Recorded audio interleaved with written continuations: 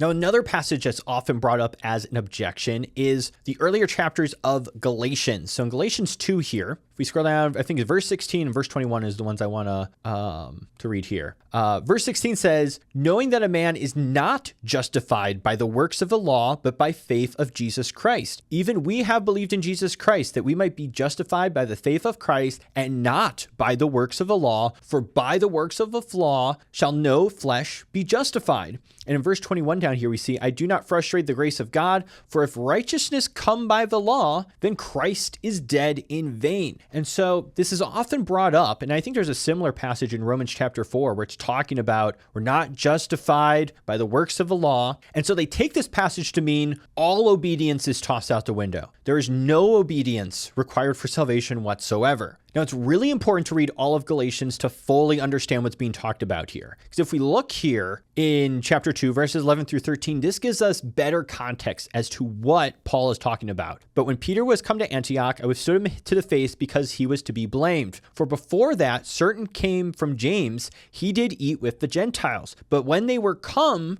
he withdrew and separated himself, fearing them which were of the circumcision. And the other Jews disassembled likewise with him, insomuch that Barnabas also was carried away with their dissimulation. And so what was happening here is that the Jews were separating from the Gentiles because they were circumcised and the others weren't. And so they were like separate, and they were kind of holding on to the Mosaic law and the need for circumcision or for other things. And so they kind of like were still trying to hold on to that Mosaic principles and kind of like separating themselves from these other people. And so Paul is calling them out here saying, why are we doing that? You think circumcision is going to save you or something? And we actually see in chapter 5, the kind of the finale of this. So Galatians 5 here, starting verse 1, stand fast therefore in the liberty wherein Christ hath made us free, and be not entangled again with the yoke of bondage. Behold, I, Paul, say unto you, that if ye be circumcised, Christ shall profit you nothing. For I testify again to every man that is circumcised that he is a debtor to do the whole law. Christ is become of no effect unto you. Whosoever of you are justified